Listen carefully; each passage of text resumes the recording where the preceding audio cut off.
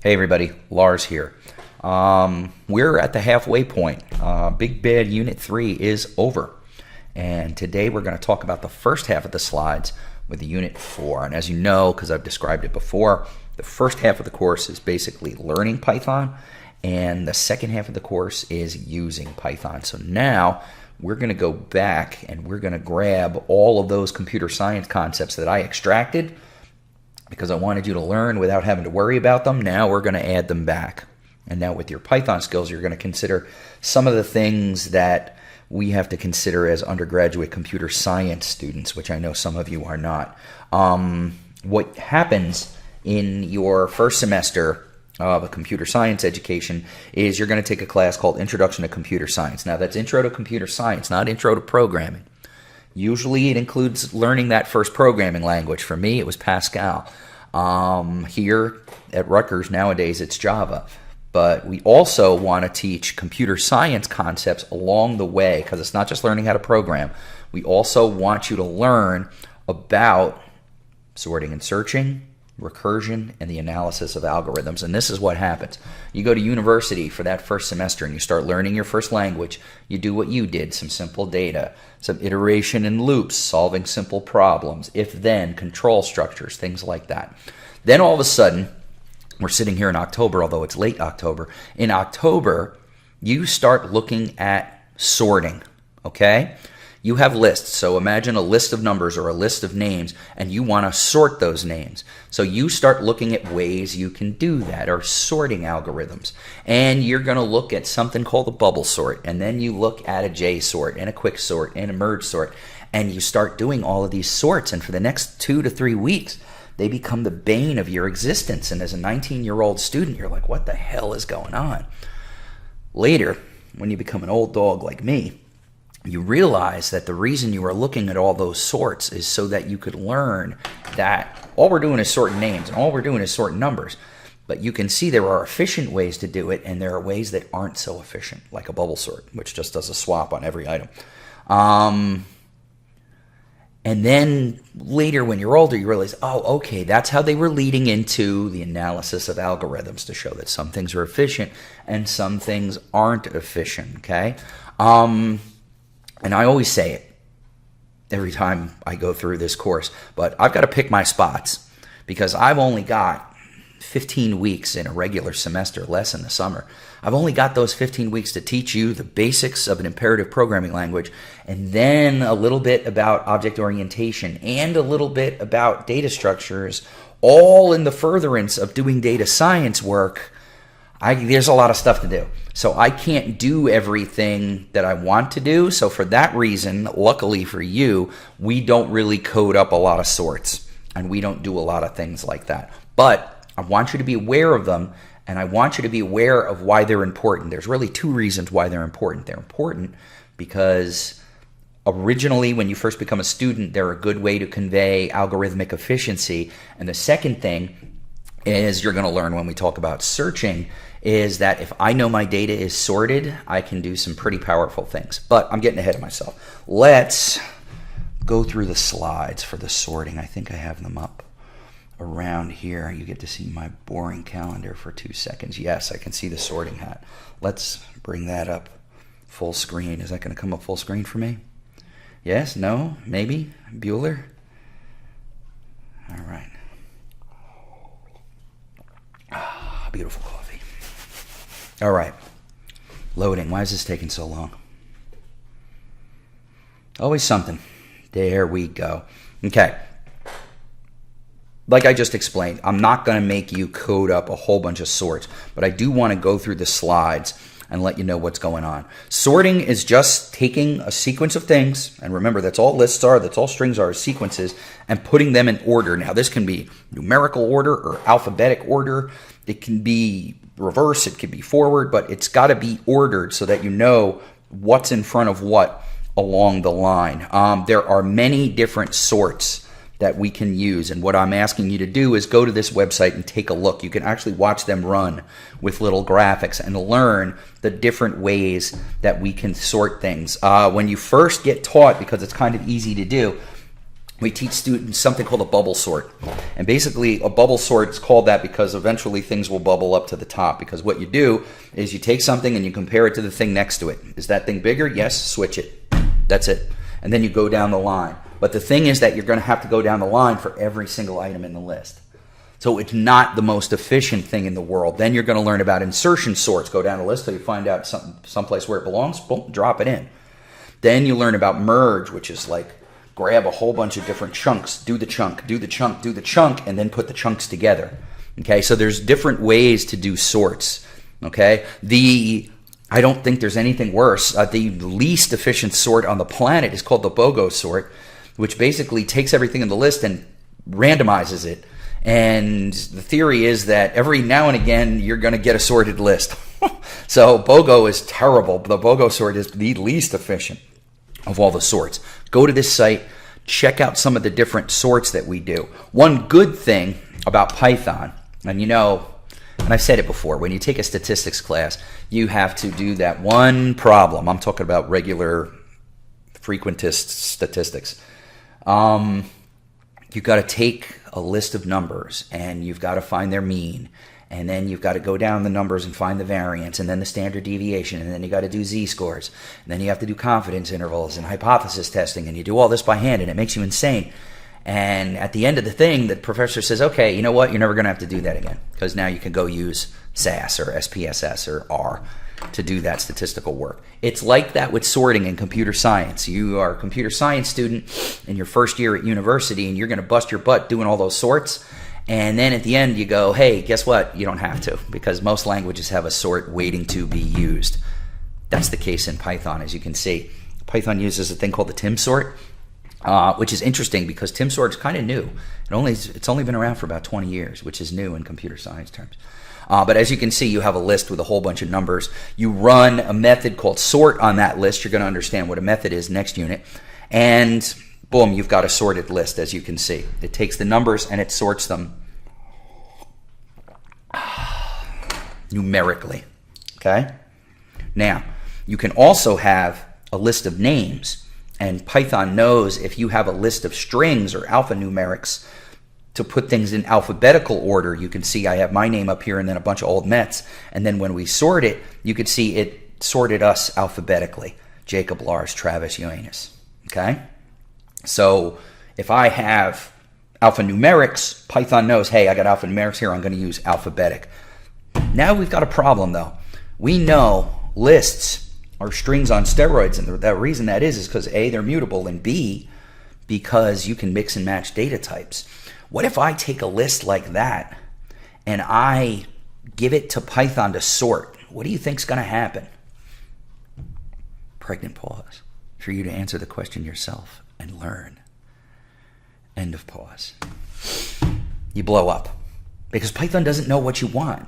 Python sees numbers. Python sees alphanumerics. And it's like, all right? If you know a little bit about Java, you know that, hey, there's something called sortable, and we can define how we want to sort our things, and there's different thing comparable. How do I compare two things and different things like that? We're not doing that with Python right here. So Python wants to see either all numbers, then I know how to sort it, or all alphanumerics, then I know how to sort it. Okay? So when you use the sort, keep that in mind. While you can mix and match data types with your list, you better give it something that it can sort. Now, that's just the basics. Later on, you can define ways to sort your objects or sort mixed lists and do different things like that. Okay, you can tell Python, hey, do the numbers first and then do the names and different things like that. But we're not there yet. Just for a sort, you've got to make sure you have the same data type. All right? Now, why do we care so much about sorting? Like I said earlier on, we care about sorting because it's going to teach us about efficiency. All right? But the real reason why we care about sorting is because if I can sort my data and I know where things are in relation to other things in the list, we can do some amazing things. So we go from sorting, putting things in order, to talking about searching. When we talk about searching, we can search, let's say we have a list of 1 million things, and I believe my name resides in that list of 1 million things. How do I find what spot in that list my name is in? Okay? Let's say my name is way, way at the end of the list. Like in a million, it's at 900, 999, 998. Okay? It's 1, 2 over. All right? It's all the way at the end of the list. How am I going to find my name? Okay? The first thing we can do, what we define, do I define it on this very next one? No, I define it in this one, is what's called a linear search. A linear search is basically what a computer programmer would call going to war on something. You literally look at every single spot until you get there. Now, if we're doing that with the example I just gave, we're in trouble because we've got pretty close to 1 million lookups, 1 million minus 2 lookups to find my name and figure out where I am. You really don't have a choice, right? Because your list isn't sorted. You don't know. It could appear anywhere. Now, you could go to the other end and start from the back, but then what if my name was the second item? Then I'd still be away, all right? Another thing I'm going to make mention now while we're doing this is that when we talk about efficiencies and we talk about how long things take as far as sorting and searching, we're always thinking about the worst case scenario because we always want to plan, I guess you would say plan conservatively. You always want to plan for the worst case scenario. So the idea is to take the worst case scenario and make it small just in case that thing happens. Because you might be saying to yourself, hey, linear search is great if it's in the 10th spot. Yeah, how many times is it in the 10th spot? Believe me. In computer science, if it can go wrong, it's going to go wrong. All right? So you've always got a plan for that worst case scenario. In this case, in a list of 1 million things, the worst case scenario is that name is in the 1 million spot. Okay? Or it doesn't exist. You have to look through the whole list to determine that it doesn't exist. Okay? That's your worst case scenario, and as you're going to see when we talk about big O, that's when your efficiency is the size of your data, because worst case scenario, you have to look at everything, okay? But sometimes there are more efficient things. Binary search. Remember I told you about the importance of sorting your data? What if I have a list of names from 1 to 1 million? And I say, I go find Lars, all right? So instantly, what I do is I say, okay, my data is sorted, so let me shoot to the middle, to the 500,000 spot, and say, hey, is this Lars? And then the program comes back and says, no, it's not. But then I can ask, okay, is this name greater than or less than Lars? And then the computer can come back and say, okay, the name at the 500 spot is less than Lars. Let's say it starts with a G, okay? Instantly, because I have a sorted list, I know that I'm not going to find my name in the first half of that list because it's sorted, and the middle is a G. So you know what I can do? Throw out the entire first half of the list. So I've now started my problem having to search through 1 million items. Now I just have to search through 500,000. So what do? I repeat the process. I go to 250 and I say, hey, is this Lars? And they go, no, sorry, it's not. And I say, okay, but is this name higher or lower than Lars? And it comes back and it says, you know what? This name starts with an M. So this name is higher than Lars. Instantly, that tells me that from 750,000 to the end of the list, I don't need it, right? Because I found an M, and I know my name appears before that. So it's somewhere in between that 500 and 750. So now I've thrown out, with only 2 lookups, with only 2 looks, I've taken 1 million list, and I've made it 250,000. And then I do it again, and I do it again, and I do it again, okay? We're going to see when we look at efficiency that this is the reverse of exponentiation. This is log. So this is I'm going to cut my list in half every time. So if I have 1 million names or 1 million numbers and I'm looking for something, but it's sorted data, it's just like playing high-low. I can play high-low with my data, and it takes 1 million. What would be 1 million for a linear search is now only 20. 20. That's incredibly efficient. Think of the power of that. With only 20 lookups, I can keep cutting my list in half. Okay? You can see it here. We only do it with 16. But every time through, I'm cutting my list in half. Okay? Binary search is super powerful. And the reason you can do it is because you've got your data sorted. All right, so that's why sorting becomes important. Efficient sorting becomes important, because once you sort that data, it really helps and you really know exactly what you're doing, okay? So you don't have to type this up, because I'm going to give you this code. Like I said, I'm not interested in breaking your backs, because I know you're doing your midterms around this time in the course, and I want you to take this code and I want you to use it and I want you to play around with it. So what am I going to do? I am going to pass through all of this stuff because we are actually going to go and do it, because I have the code up right here. So what I've done, I'm going to do something a little different when I do this video, is I originally have it set up down here to do different things, and we're going to play around. This is a binary search, and what you're probably thinking is, wow, that looks like 40 miles of bad road. It's not. Take the time and look through this and learn that all I'm really doing is I'm sending it a list, something to search for, okay? And then what I do is I go to the middle of the list, mid, low plus high, integer division by 2, and I look at the middle of the list and I see if my item is there. And if it's not, if it's equal to the item, I have it, great. If it's not, if it's less than, well then I take the mid, okay, and I make that the high. Now, if it's not equal to and it's not less than, then it's greater than, then I make the low point the mid, all right? So think about it. I'm cutting the list in half every time I go through this loop. And I keep looking, and I keep looking, and I keep looking. Now, what I'm doing here is I print what's called a step counter, so we're going to be able to see it as it goes through the list. Here, I also print the middle, and I print what you're looking for. And we'll see it run in a second. And because I'm a good egg, I also coded up a linear search, okay? So this is a linear search. You give the same list. Well, you know, the variables are the same, but it's not the same because it's a function. So you have the list and you have the thing you're searching for, and what do? You basically just run through the list. Boom, boom, boom, until you can find it, all right? Now, we're going to deal with that random stuff in a minute, but right now what I'm going to do is I'm going to create a list called my nums, and it's just going to be a sorted list from 1 to, what is it, a million? A million, okay? And then I print the fifth item, and why, I don't know. Then I use my B search, and I say, look for 407. So where's 407 going to be? Because it's a sorted list, it's going to be in the spot 407. But we're going to play around with some stuff in a second where you're going to see that that's going to matter. So I print X, which is, if I'm not mistaken, it returns the index. So then yes, so you have to go look at the index. Now, if X is not equal to -1, what does that mean?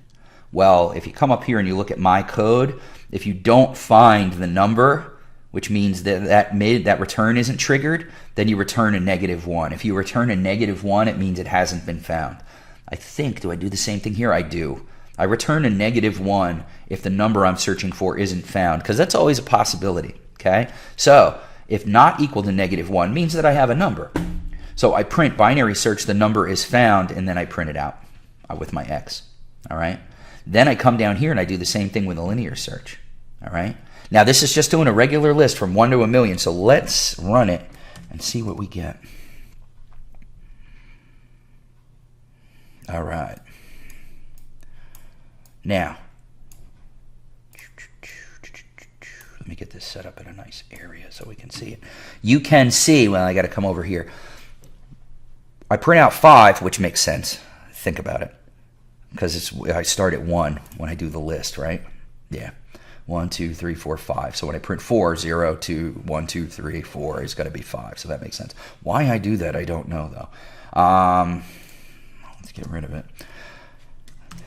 So I start stepping through and I'm looking for 407. So what happens? The midpoint of my million becomes 500,000. I look. Does it find the number? No. So I cut it in half, cut it in half, cut it in half, cut it in half. You can see how I keep cutting it in half and playing high-low until I actually find the number. And as you can see right here, this number here is my step counter. So I found the number with 17 lookups. All right? So now with my linear search down here, when I run the linear search, what it's going to be? It's going to be 407 because it's an ordered list, right? So if I'm looking for 407, it's going to be in the 407 spot. All right? So just to compare the efficiency here, my linear search took 407 lookups. My binary search took 17. because that's the miracle of sorted data. Now, and I've heard the complaint before, and people are right. They say, yeah, well, you just did that, but you're not always going to have a sorted list that's the actual numbers. And I said, you know what, that makes sense. So what I did was I import random, okay, and I create something called rand list, where I grab a random number between 1 and 1,000, and I populate a list with it, and then I sort that list. Okay, so it's possible that the things I'm looking for don't exist. When I run this, it's possible that 407 doesn't exist, but what I have to do is I have to change it because I want to make sure I'm doing rand list there. I want to make sure I'm doing rand list here because I want to send the right list in, and then I want to make sure that I am using that when I get my index because I don't want the index of my nums. Okay. So now I'm looking for 407. I'm creating a random list on the fly. 407 may not exist. This may blow up in my face. Wouldn't that be entertaining? Let me get rid of the mind nums because I don't need it and I'm not going to run through it. I think I'm okay. Let's run it and find out. All right. Oh, I printed the list. All right. So the number was found. Okay. The number was found in the 400 spot. So let's go look. I print the list actually. So if we go down, there it is right there. The first instance is right there. Okay. So where was it found? Linear search 400. Is that true? Rand list. Yep. Found it in the 400 spot. Why does this say 401? Oh, because that's the first time it got to it. We're not dealing with, watch this. That's also 407, okay? Because there's multiple 407s. You had duplicates in the data. That's another thing about binary search. You can, if you're looking for an item and it exists, you'll find it, but there might be more of them in there. So you have to also have unique lists as well, which are, what are unique lists? They're sets, okay? If something only appears once and there's no duplicate, then it becomes a set. Anyway, here you can see that the linear search, the number was found, 407. Don't I say how many lookups there are? Well, I know there's 400 because that's where we found it in the list, okay? So there were 400 lookups here. Didn't I print the lookups up here? No, maybe I didn't. Anyway, the binary search found it in 7 lookups. Look at that. 7 lookups in a random list to find a random number. Now, it has to be sorted. That's the thing with a binary search. It doesn't always, you can't always utilize it because sometimes your data isn't sorted and you're like, I can't believe this. Because look at this. This is 400 lookups. This is only 7. Okay? So the efficiency is insane with the binary search. And that's what we try to show people, when you first start learning computer science and you first start doing the sorting and the searching. Binary search, when you can play high-low, you can go right down and find your things. It's incredible. It's incredibly quick. Now, you're going to learn later in the course about something called a binary tree. And if you take your data and you place it in a binary tree, you can use binary search to go right to what you need. And there's some different neat techniques as far as that's concerned. But I wanted you to see this. And what's going to happen is one of the assignments for Unit 4 is going to refer to this code and ask you to use it. So don't worry, this code is going to be put up on Canvas. And you're going to be able to utilize it and use this very code. But I'm giving it to you just like this. So you're going to have to alter it and make it work for you as far as using the linear search and the binary search functions. But I'm going to give you the code. All right, I got no problem. You shouldn't have to do it, but if you want to do things properly, you should do attribution, which is when you use somebody else's code, you should have a little comment on top of it saying, I got this from Professor Sorensen, or I got this from the web on this and that, blah, blah, blah. That said, you're not going to do that because all of your code has to come from your own brains because you are learning. So you are not going to take code off the internet, for God's sakes. Can you imagine? Later, when you become a programmer, you can do what's called glomming code, and you can glom code off the web. I remember when I was a student in college, I glommed a beginning sequence from a demo program in the C library, and it made stars, different colored stars in the sky, and I was making like a Christmas animation.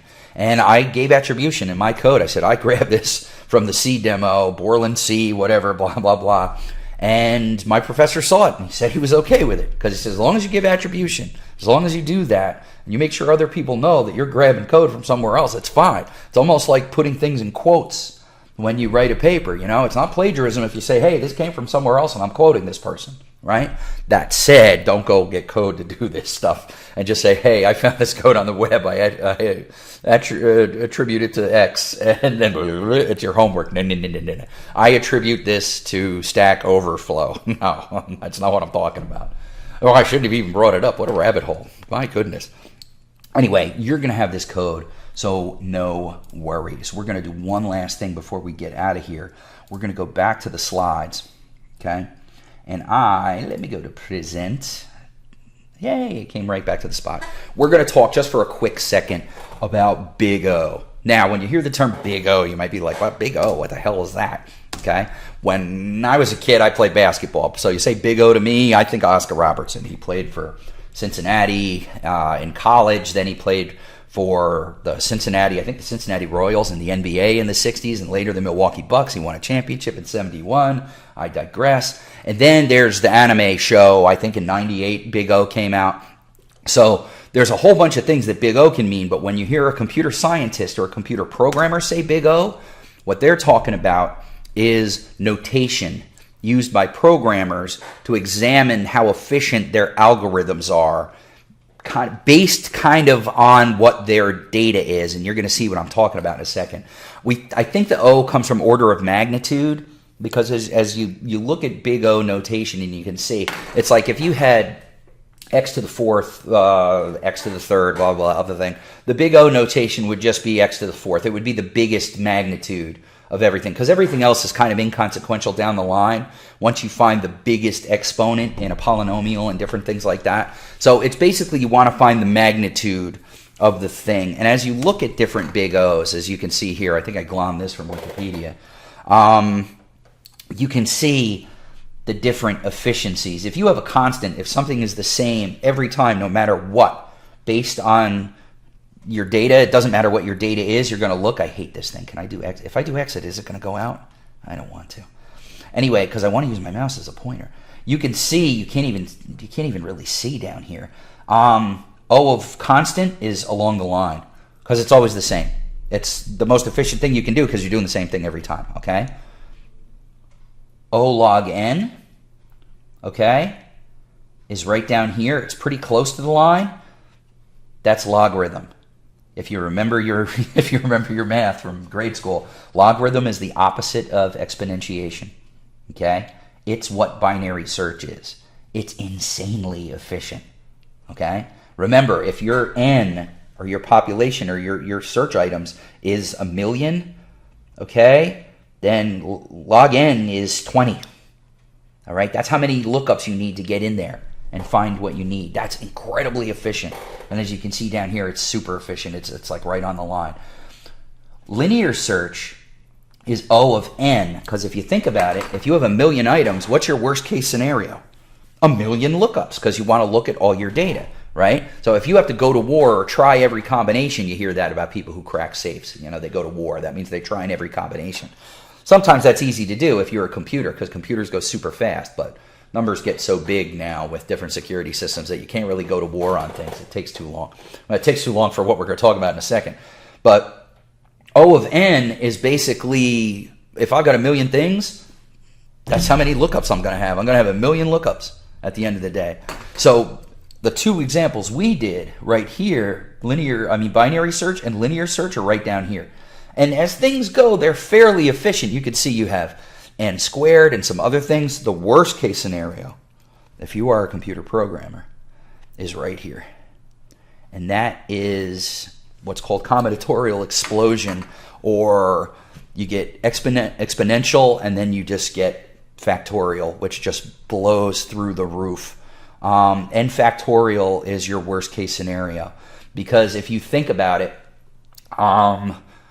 the minute you get to even 15, 16, 17, you're talking about monstrous numbers. Remember factorial. You're gonna play around with it when we do the recursion video next, and also when you do your slides. But factorial, let's say factorial 6 is 6 times 5 times 4 times 3 times 1 times 2 times 1, all the way to 0, okay? But you don't use 0, you go to 1. And the numbers get big quick, all right? I don't remember the factorials off the top of my head. You go from like 120 for 5 to 670 and they get big fast. By the time you get to 20, 21, you're slowing down your computer. Now all of a sudden the computer has to slow down in order to do all of these calculations, because that's how many different things you would have to look at in these instances. And the way you run into something like that, the big example that a computer scientist would bring up with you is something called the traveling salesman problem, or TSP. And it's very simply stated. Let's say you're a traveling salesman and you've got 10 cities to go to. Well, what is the shortest route you can take to visit all 10 of those cities? All right? Sounds simple, but let's say I start at one city, okay? Then how many choices do I have there? Well, I have 9, okay? Because I have 9 more cities left except the one I'm standing at. So then I pick one and I go to it, right? Now how many choices do I have? Well, I've been to these 2, so I have 8. Then after that, 7. So what is it? It's factorial. So it's 10 times 9 times 8 times 7 times 10. Do the math. That's an incredible amount of different paths that you can take. And you have to look at them all, because one might be, there's no reason why one would be shorter than the other, right? So if you have to do that with the traveling salesman problem and you get to like 20 or 15, I think, what's the number? It's either 22 or 23. Once you get up there, you now have more possibilities than there are stars in the universe. Okay? These problems are so massive that it's not that we don't know how to solve them, it's that we don't have enough memory or time in the universe to solve them using our techniques. They're what we call intractable. Okay? There are some problems that we can't solve based on theory. They're unsolvable. We're not going to go into that. That's something to do with Alan Turing and something called the halting problem and different things like that. There are unsolvable problems in computer science. But some, we know the solution, but they're what's called intractable. They're too big for us to get at because there are so many different solutions in that solution space to look at that we're at a loss. Now that's when we kind of take a step back from computer science and algorithms. Remember, an algorithm always comes to the correct answer. And we start looking at things that may not always do the correct answer, approximations. We use what are called heuristics, and we try to approximate things. We have good heuristics and approximations for the traveling salesman problem now. But it's interesting, and when you read about that stuff, you read about the biggest open question in computer science, which is P versus NP. Whether P is equal to NP, and P is polynomial time, and NP is not non-polynomial, it's non-deterministic polynomial time. And it is beyond the scope of what we're going to get into. But if you're interested in that kind of stuff, and you think you can solve that problem, you get $1 million, because it's one of the Clay Institute Millennium Problems. And most computer scientists believe they are not equal, but it has been proved. And maybe it does. I can tell you this, if they do find out that they're equal, there's going to be a lot of people in banks that are going to lose a lot of money, because a lot of encryption technology is based on something being easy to do one way and hard to do in the other way. Again, that's beyond the scope of what we're doing. So when we talk about big O complexity, this is basically what we're talking about. You can see the different terminology and technical big O names there. There's constant, there's logarithmic, there's linear, there's factorial at the bottom. Take a look at it. Look at some of the different efficiencies and the different things that we're talking about. When you hear somebody say big O or algorithmic efficiency, this is what we're talking about. Okay? All right, so this is the halfway point through the slides, which means that's my cue to skidoo, because I'm going to end this video, and then for Unit 4, there's going to be a second video on recursion, and that we're actually going to trace through a couple of recursive functions so I can show you how I do recursion and how people make a big deal out of it and think it's difficult, and I don't agree with that. I think you just have to think about it the right way, and if you think about it the right way, it's easy. It's just like anything else, okay? So I'm going to get out of here. You be good. Engage with your resources, and a couple of days down the road, you're going to get that recursion video, and we're going to move down the road with Unit 4, all right? All right, good. You have a good night, and I will talk to you soon. Bye.